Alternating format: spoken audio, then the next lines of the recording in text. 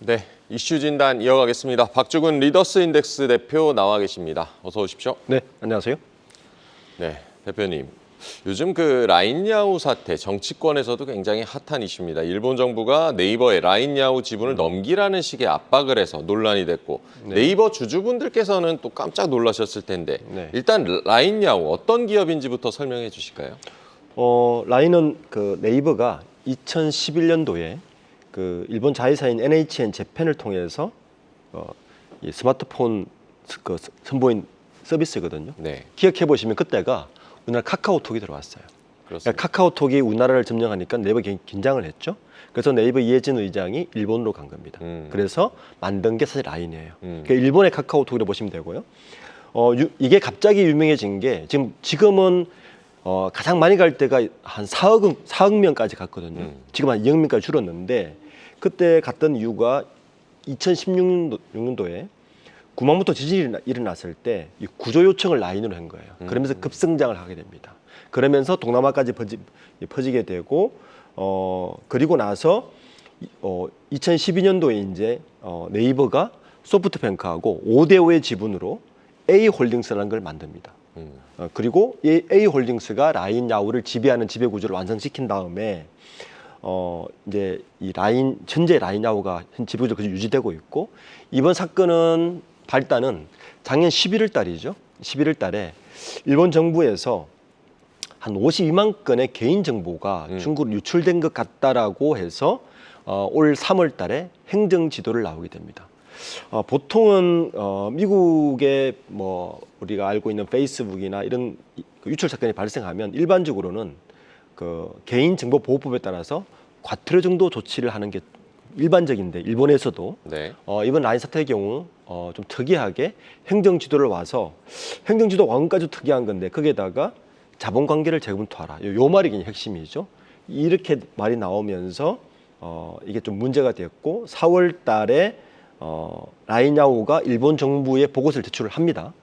어떻게 우리가 하겠다고 개선의 보고를 제출하는데 여기에 만족하지 못해서 4월 16일 날 2차 행정지도를 한 번 더 나오죠. 그러면서 구체적으로 이제 대응책을 요구를 하게 됐고 결국은 5월 8일 날 사실 라인을 만든 라인의 아버지가 있습니다. 신중호 CPO가 신중호 CPO. 지금 라인야후 같은 경우는 이사회에 5명의 사내이사가 있는데 3명이 일본 쪽, 2명이 이제 네이버 쪽인데 그 중에 신중호 CPO가 핵심 인물인데 신중호 CPO가 5월 8일자로 이사회에서 제외됩니다. 지금 그리고 나서 현재까지는 이 네이버 쪽에서 7월 1일까지는 우선 어떤 식으로 이 자본 재검토까지는 하지 않고 개정을 해보겠다는 식으로 서한을 보낸 걸로 일단 일단된 것 같습니다. 라인야후 사태, 뭐 수탈이라는 표현까지 나오고 우리 국민들의 감정도 굉장히 좋지는 않은데 국내에서는 라인의 입지가 그렇게 큰 편은 아닌데 아까 뭐 일본판 카카오톡 뭐 이렇게 말씀도 해주셨습니다. 일본에서는 라인의 영향력이 어느 정도라고 봐야겠습니까? 일본 인구가 한 1억 4천만, 1억 2천만 명 정도 되죠. 그 중에서 9,700만 명. 그러니까 대부분의 일본인들이 80% 이상이 라인을 쓰고 있다 그러면 우리로 말하면 카카오톡이다. 이렇게 보시면 되고 거기에다가 태국도 5,600만 명이 있어요. 그리고 대만도 2,200만 명이 있습니다. 대만은 거기다 쓴다 보시면 되고 인도네시아도 한 600만 명 있습니다. 그래서 총 2억 명 가까이 쓰는데 이게 아시겠지만 카카오톡을 통해서 우리나라가 지금 대부분의 행정까지 이루어지지 않습니까? 그러니까 일본도 마찬가지로 디지털로하고 바뀌면서 라인을 통해서 대부분의 행정부나 국가 인프라 정도의 기능을 하고 있기 때문에 일본에서 이 부분에 대해서 굉장히 그러니까 잠재적으로 위험 요소 정도를 항상 안고 있는 일본에서는 그렇게 볼 수 있을 것 같습니다. 라인, 일본에서만 9,700만 명. 뭐 굉장히 많은 일본 국민들이 사용을 하고 있고 일본 정부에서도 라인을 사실상 공공재로 인식하고 있다. 그래서 이번에 행정지도까지 압박을 하고 있는 것으로 보이는데 일단 라인야후 지분 매각 일단 우리 정부도 항의에 나서면서 좀 일단락되는 분위기이긴 한데요. 어쨌든 7월 1일까지 보고서를 제출하라고 시한을 정해놨기 때문에 그때까지는 어떤 변수들도 있을 것 같고 지분 매각, 사업 조정 가능성도 어떤 변수가 있는지 좀 체크를 해볼까요? 우선 가장 민감한 게 지분 매각이죠. 일단 이 라인의 지배 구조가 네이버하고 일본의 소프트뱅크가 5대5로 A홀딩스의 지분을 갖고 있는데 이 A홀딩스의 지분을 한쪽이 1%만 가져가도 사실은 균형권을 가져가는 구조가 되기 때문에 지분 매각이 현재는 가장 민감한데 현재 라인야후의 시가총액이 지난 10일 기준으로 한 25조 원 정도 됩니다. 이 중에서 그 네이버가 보유한 라인야후의 가치를 대충 추산을 하면 한 8조 4천억 정도 돼요. 네. 근데 이게 그 상장의 추산이고 생각해 보시면 카카오의 지분 가치를 상장 가치로 생각하지는 않잖아요. 네. 왜냐하면 아까 말씀하셨듯이 일본의 공공재 인프라까지 갖고 동남아에 2억 명 정도 가지고 있으면 이 가치는 훨씬 더 높을 것인데 일단 A홀딩스가 재무구조를 보면 당장 이 지분을 살 수 있는 정도는 아닌 것 같습니다. 그래서 그 A홀딩스가 이 지분을 바로 산다는 것은 현재로서는 현재 재무구조로는 위험하고 산다면 소프트뱅크가 들어와서 이제 이 지분을 사는 구조 될 텐데 우선 7월 1일까지 옵션은 두 가지인 것 같습니다. 첫 번째, 지분을 매각한다. 두 번째 옵션은 전체 지분을 매각하지 않더라도 아까 말씀드렸듯이 이 라인의 어떤 구조가 일본은이 한 1억이 있고 동남아 쪽이 있는데 일본은 쪽은 소프트뱅크 가져가라. 그리고 어차피 네이버의 가장 큰 현재 구도는 뭐냐면 네이버나 카카오의 공통적인 바틀렉이 하나 있습니다. 이게 뭐냐면 현재의 사업 구조는 국내의 플랫폼 구조로는 성장 한계가 있다. 무조건 해외로 나가야 된다. 그래서 작년에도 카카오 같은 경우는 SMN트와 경영권 분쟁을 벌이면서까지 가져올 수밖에 없던 이유 중에 하나가 그 콘텐츠를 가지고 해외로 나가서 교도부를 확보할 수 있기 때문에 그랬거든요. 네. 네이버도 마찬가지입니다. 지금 네이버 웹툰이라든지 여러 가지를 통해서 사업을 벌이고 있는 가장 큰 이유 중에 하나가 해외로 진격하기 위해서 이 일을 가져와야 되는데 그렇다면 이 라인도 일본 쪽은 소프트뱅크가 가져가되 동남아 가지고 있는 태국이나 대만이나 인도네시아 쪽은 우리가 가져갈 수 있는 구조로 가져갈 수 있는 옵션도 하나가 지금 고민하고 있는 것 같습니다. 어쨌든 보고서 제출 시한 7월 1일까지는 뭐 지분 매각 가능성도 아직은 남아 있다고도 봐야겠습니다.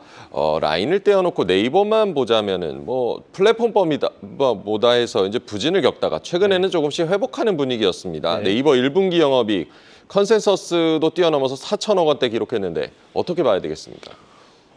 네이버가 실적이 좋죠. 이제 1분기 지금 컨센서스가 3,895억 정도 컨센서스 나왔는데 실제로는 4,300억 했으니까 전년 동기 대비해도 영업이익만 33% 늘었습니다. 굉장한 실적인데 좀 내용을 뜯어놓고 좀 봐야 되는데 전체적으로 이 매출 전체의 네이버가 보통 4개의 사업 부분에서 매출 나오는데 여전히 커머스가 높다는 것에 조금 방점이 찍힙니다. 그리고 컨텐츠 부분이 매출이 올라가는 것도 긍정이긴 한데 여전히 커머스 부분의 매출 구조나 영업이익 구조가 많이 쏠려 있다는 것은 여전히 잠재적인 리스크를 안고 있다는 거죠. 왜냐하면 아시겠지만 최근에 알리, 테무의 반격이 만만치가 않습니다. 1분기까지는 알리, 테무의 반격을 어느 정도 막았다고 하지만 1분기 쿠팡이 다시 적자로 돌아섰거든요.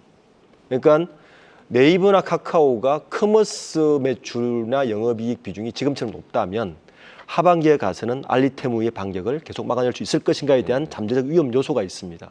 그래서 네이버는 사실은 1분기 실적은 괜찮지만 여전히 성장성에 대해서는 다른 사업 부분에 대해서 컨텐츠라든지 웹툰이라든지 그리고 라인과 연계된 해외 사업 부분에 대해서 어떻게 방어할 것인가가 지금 핵심 화두로 되어 있고 현재 네이버의 해외 매출 비중은 한 14% 됩니다. 그러니까 만약 라인을 통해서 매출을 늘린다면 네이버의 해외 매출 비중이 20% 이상이 넘어선다면 사실은 네이버에 대한 잠재적 가치는 훨씬 높아지겠죠. 그러니까 현재 네이버의 고민인 것 같습니다. 네이버 1분기 실적 뭐 깜짝 실적 기록을 했지만 향후 성장성에는 변수가 있다. 해외 매출 비중이 현재 10%대인데 이것을 꾸준히 끌어올려야 된다라는 조언도 해주셨습니다. 네, 라인야후 사태로 증권사의 목표 주가도 올라가기도 하고 반대로 내려가기도 했는데 앞으로 네이버의 그 주가 흐름 어떻게 전망하십니까? 우선 전체적으로 보면 많은 증권사들이 역시 라인 사태를 잠재적 위험 요소로 보고 있는 것 같습니다. 현재 주가 대비 15에서 20% 정도는 다 하향 추정하고 있는 것 같아요. 물론 7월 1일 날 어떻게 결정날지는 모르겠지만 네. 굉장히 유동적이라고 판단하는 것 같고 이 라인 사태는 이런 거죠. 네이버가 라인 하나의 라인 전체의 매출은 1조 한 8천억밖에 되지 않아요. 작년 기준으로. 그러면 네이버의 지분 구조로 보면 그 연결 기준으로 봐도 매출에서는 차지하는 비중이 높지는 않지만 문제는 뭐냐면 이 라인이 넘어갔을 때 네이버가 향후 그리고 있는 성장 곡선에 문제가 생길 수 있다. 즉 네이버의 성장 돌파구는 결국은 해외밖에 없는데 이 해외에서의 성장 돌파구를 라인 없이 어떻게 갈 것인가가 가장 우려하고 있는 부분 같습니다. 그래서 7월 1일 날 어떻게 결정되건 그러니까 지분을 매각하건 매각하지 않는다면 어떤 식으로 이 해외 매출이나 해외 성장 동력을 마련할 것인가가 향후 네이버의 주가에 가장 큰 영향을 줄 것 같습니다. 이번 라인야후 사태, 뭐 7월 1일까지 어쨌든 그때 보고서가 나오는 것을 봐야겠지만 어쨌든 이게 지분 매각을 하게 되면 글로벌 확장 스토리도 어려워질 수가 있다라고 전해주셨습니다. 네이버 얘기를 좀 나눠봤고요. 나오셨으니까 몇 개 업종 얘기를 좀 다뤄볼까 하는데 지난번에 나오셨을 때 전력기기 업종 얘기를 좀 네. 했었습니다. 근데 최근에 이제 오픈 AI가 뭐 GPT 새 버전 공개하면서 또 주목받고 네. 있고 이런 AI 진화에 따른 전력 수요 어떻게 보고 계십니까? 일론 머스크가 뭐라 그랬냐면요. 최근에 1년 전에는 신경망 AI 쪽에서 신경망의 칩 부족이 문제였다면 다음의 문제는 전력 기기일 것이라고 이야기했습니다. 이게 무슨 말이냐면 우리가 AI를 조금 길게 보면 지금까지 AI는 인프라 구축 단계였다 이렇게 봅니다. 근데 올해 그 2024년에 AI의 가장 큰 화두는 어제 그 구글이 발표를 했고 그 전에 GPT가 또 발표했듯이 가장 큰 화두는 어플리케이션입니다. 이제 AI가 인프라 구축 단계를 넘어서서 어플리케이션 단계로 넘어간다고 지금 봐야 되는데 하반기는 어플리케이션 단계로 넘어가면 가장 큰 문제가 역시 전력입니다. 왜냐하면 우리가 구글에 검색을 하지 않습니까? 한 건 검색할 때 한 0.3W 정도 든다 그래요. 그런데 챗GPT로 구글 검색을 하면 10배인 2.9W가 된답니다. 그러니까 기존에 우리가 일반적으로 사용자들이 똑같은 검색 시장에서 검색을 하더라도 기본적으로 10배의 전력 소모량이 더 든다. 물론 최근에 칩이 발전해서 최근에 칩을 개발하는 반도체 기업들이 보면 가장 큰 문제가 전력 소요다 보니까 기존 대비 뭐 60% 개선된 전력 수요가 드는 칩을 개발했다고 계속 이야기를 하고 있지만 그렇더라도 검색 시장이 완전히 바뀌는 순간 이 전력 증가량은 감당할 수가 없다. 그래서 이 전력 기기 문제는 투 스테이지로 나눠지는데요. 첫 번째 스테이지에서는 기본적으로 인프라 구축 단계에서는 클라우드라든지 뭐 이런 그 반도체 공장을 새로 짓는다든지 이쪽에서 필요해서 전력 기기가 들었다면 그 다음이 사실 더 문제죠. 이거는 닥치지도 않았는데 검색되어서 실제적으로 어플리케이션이 발생하게 되면 지금보다 훨씬 많은 전력가 소비가 되기 때문에 실제 이제 금융투자학회에 따르면 2030년에 AI가 본격적으로 소비가 시작되면 전력 소비량이 1110테라와트라고 이야기하는데 이게 어느 정도냐면 지금보다 13배입니다. 그러니까 추정치가 맞는 거죠. 검색 시장이 똑같이 돌아가더라도 10배의 전력 소모량이 되니까 지금보다 13배 정도 든다는 이야기는 현재의 전력 인프라를 완전히 바꿔야 된다는 이야기입니다. 그 최근에 나오는 얘기는 우리가 지금까지 그 팬데믹 때 뭐 그린 에너지 이야기했지만 오히려 미국에서 오히려 원자력을 써야 되는 것이 아니냐 이런 얘기가 나오고 있단 말이에요. 그럼 최근에 보면 그 가스까지 오르고 있습니다. 그러니까 원자력이 부족하면 LNG 발전소 돌려야 돼서 LNG까지 가격이 꿈틀거리고 있는 것은 모두 이 전력기기 인프라 때문이다라고 지금 보고 있습니다. 2030년 AI 소비 전력량이 지금의 13배 수준에 달할 것이다. 지금의 전력 인프라로는 수요를 충당할 수가 없다. 완전히 바꿔야 한다라고도 전해주셨습니다. 엔비디아 같은 AI 기술주들 최근 다소 조정받는 분위기긴 한데 특히 앞으로 이제 실적 둔화 가능성이 뭐 악재로 반영되면서 이렇게 조정을 거쳐가는데 이렇게 기술주들은 조정을 거쳐가지만 전력기기들은 이런 계속 상승하는 이유 어떻게 보십니까? 같은 이야기죠. 그러니까 엔비디아가 뜬 이유는 AI가 단계를 보면 첫 번째 단계는 AI를 하기 위한 인프라를 구축하는 단계가 엔비디아가 뜬 이유입니다. HBM도 마찬가지죠. 그러니까 GPT를 만들어야 되고 부족하니까 지금 주문해도 B100 같은 경우는 올 가을, 겨울에 받을 수 있으니까 그리고 HBM도 마찬가지로 그 수요를 따라가는데 구글이나 MS나 GPT 4.0이 이제 애플리케이션 단계로 접어들면 본격적으로 이제 전력 소모가 들기 때문에 사실은 엔비디아가 그 AI 시대의 인프라 구축 단계에서 성장을 했던 기업이라면 애플리케이션 단계에서는 전력 기기가 훨씬 더 필요하기 때문에 더 많이 든다는 이야기입니다. 그러니까 엔비디아가 주춤했는데 왜 전력 기기가 아직도 유효하지?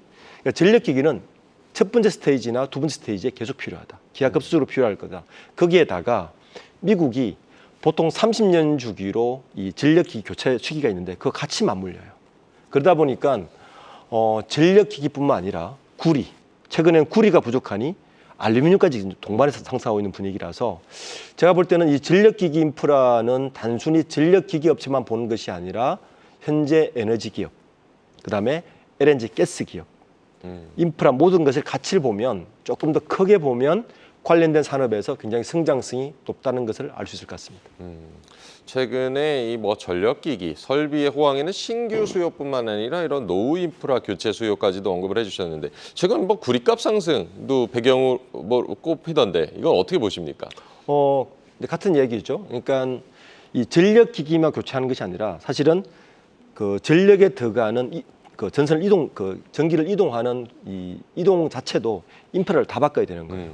기본적으로 우리 가정에 보통 우리가 전력을 한 옛날에는 가정에 전기를 넣을 때 뭐 5A, 10A 정도를 넣었어요. 근데 최근에는 모든 가정들이 전기를 많이 쓰다 보니까 20A, 그러니까 굉장히 그러니까 전기가 이동하는 통 자체를 확장해서 보통 설치를 하죠. 그것처럼 AI가 폭발적으로 늘어나면 전기를 이동하는 전선 자체를 교체해야 되는 수요까지 같이 일어납니다. 그러니까 전력기기 플러스 전선의 인프라까지 같이 바꿔야 되니까 구리값이 폭등할 수밖에 없습니다. 실질적으로 구리값이 많이 폭등했죠.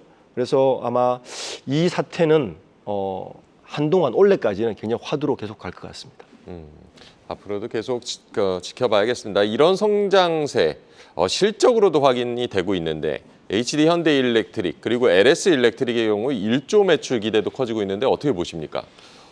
HD 현대일렉트릭하고 LS 일렉트릭이 지난해 북미에서만 매출 신기록 달성했어요. 그러니까 HD 현대일렉트릭은 7,300억, LS 일렉트릭은 9,000억 달성했는데 2020년 이후에 지난해 북미에서 연평균 90% 성장률입니다. 올해는 더 성장할 것 같습니다. 벌써 1분기에 벌써 어느 정도 성장을 했기 때문에 1분기가 굉장히 낮은 성장률인데 이미 성장했거든요. 연간 매출 1조를 달성할 것 같습니다. 올해까지 이 정성 관련해서 HD 현대일렉트릭과 LS 일렉트릭 성장성은 더 높다고 보고 있습니다. LS 일렉트릭 북미 시장에서 연평균 90% 성장하고 있고 올해 더 큰 성장이 기대된다라고도 전해주셨습니다. AI 기술을 제대로 구동하기 위해서는 엄청난 전력량이 필요하다 보니까 AI발 열풍이 점점 더 많은 섹터로 좀 옮겨가는 모습입니다. 아까 뭐 잠깐 언급도 해주셨지만 최근에는 뭐 에너지 섹터, 뭐 원전 기술 이런 쪽으로도 관심을 가져봐야 된다는 의견이 나오는데 이건 어떻게 보십니까? 지난주였죠. 미국 조지아주가 보통 보면 그 IT 빅테크 기업들이 거기에다가 데이터 센터가 되게 몰려 있는 기업 주거든요. 조지아주가. 그러다 보니까 전기 수요가 당연히 급증을 했겠죠. 그러다 보니까 요즘 그린 에너지 하지만 지금 화석 연료까지 끌어다 쓸 정도로 전기 수요가 굉장히 부족합니다. 이러다 보니까 에너지 종목까지 지금 관심이 가고 있습니다. 첫 번째 관심 가는 종목이 역시 원자력 발전 종목입니다. 우선 원자력 발전 자체가 우리가 전기 인프라, 전력 기기가 첫 번째 화두였다면 아마 그 다음은 에너지가 부족하기 때문에 원자력 발전으로 아마 수혜 종목이 넘어갈 것 같고 거기에다가 이게 같이 포함되는 게 ESS가 아마 같이 들어갈 겁니다. 그러니까 원자력 전력 플러스 ESS 전력 에너지 저장 장치 기술까지 아마 포함해서 동반 상승할 가능성이 높고요. 플러스 아까 말씀드렸듯이 LNG까지 가격이 좀 꿈틀대고 있습니다. 그것도 모두 같이 연관된 거거든요. 그러니까 본격적으로 아마 하반기에 AI가 어플리케이션이 돌아가기 시작하는 순간 현재 전력 소모량의 3-4배 올라가는 건 금방이기 때문에 이쪽 관련된 종목들을 유심해서 보면 새로운 기회가 분명히 있을 것 같습니다. 네, AI 붐의 데이터 센터 증가로 전력 수요도 급증하고 있지만 냉각수 관련 수요도 뭐 늘어나고 있다는 얘기도 있는데 또 이상기후로 관련한 물 투자도 늘어나고 있다고 하는데 AI 수혜주가 뭐 이런 쪽으로도 퍼져나갈 수 있을까요? 그렇죠. 모든 원인은 그러니까 한 가지 원인이죠. 그러니까 전력 수요가 급증을 하다 보니 그 전력을 대기 위해서 원자력 돌려야 되고 LNG 돌려야 되고 기존에 좀 무시했던 석탄 발전 돌리는까지 생각하고 있는데 만약에 제 생각에 11월 달 미국 대선에서 트럼프가 당선이 된다면 훨씬 가속도가 붙을 것 같습니다. 트럼프는 기억하시겠지만 이전에도 탄소 정책에 대해서 굉장히 우호적이었습니다. 급진적이지 않고 그렇기 때문에 이런 부분에 대해서 원자력 발전이나 LNG 발전에서 훨씬 우호적일 가능성이 크기 때문에 거기에다가 산업계에서 전력이 더 필요하다는 걸 아우성 칠 건 뻔합니다. 그렇다면 하반기 미국 대선에 어느 정도 윤곽이 나온다면 이쪽에 대한 수요 그리고 정책의 변화까지 포함해서 새로운 투자 전략이 나오지 않을까라고 예상하고 있습니다. AI 시대 늘어날 수밖에 없는 이 전력 수요를 어디서 충당할지 다양한 섹터들의 기대감이 커지고 있는 모습입니다. 네, 금광 시대에 금을 캐던 업자보다 금을 캐기 위한 곡괭이와 청바지를 팔던 기업이 돈을 더 많이 벌었다는 얘기도 있는데 이 AI 열풍으로 인한 전력 에너지 수혜 언제까지 이어진다고 봐야 될까요? IEA죠. 국제 에너지 기구에 보면 2022년 대비해서 2023년 장 1년 동안 전력 소비가 2.2%밖에 증가하지 않았거든요. 그런데 여기 2026년 가면 연평균 3.4%씩 증가합니다. 그렇게 되면 현재 그 IEA가 바라볼 때 데이터 센터 AI 암호화폐에 대해서 2026년까지 작년보다 2배 정도로 에너지가 높을 거라고 예상하기 때문에 2026년까지는 아까 말씀드렸던 2030년까지는 꾸준히 성장할 수밖에 없다. 그렇게 되면 AI 관련 전력 인프라주, 관련 에너지주들은 최소한 2030년까지는 꾸준한 성장세가 있을 것으로 예상되고 있습니다. AI 관련 이 전력 수요 2030년까지 폭발적으로 늘어날 것이다라고도 전해주셨습니다. 오늘 박주근 리더스 인덱스 대표와 얘기 나눠봤습니다. 감사합니다. 네, 감사합니다. 계속해서 다양한 경제 이슈를 알고 싶다면 구독과 좋아요, 알림 설정 부탁드립니다. AI 캐스터 권미정이었습니다.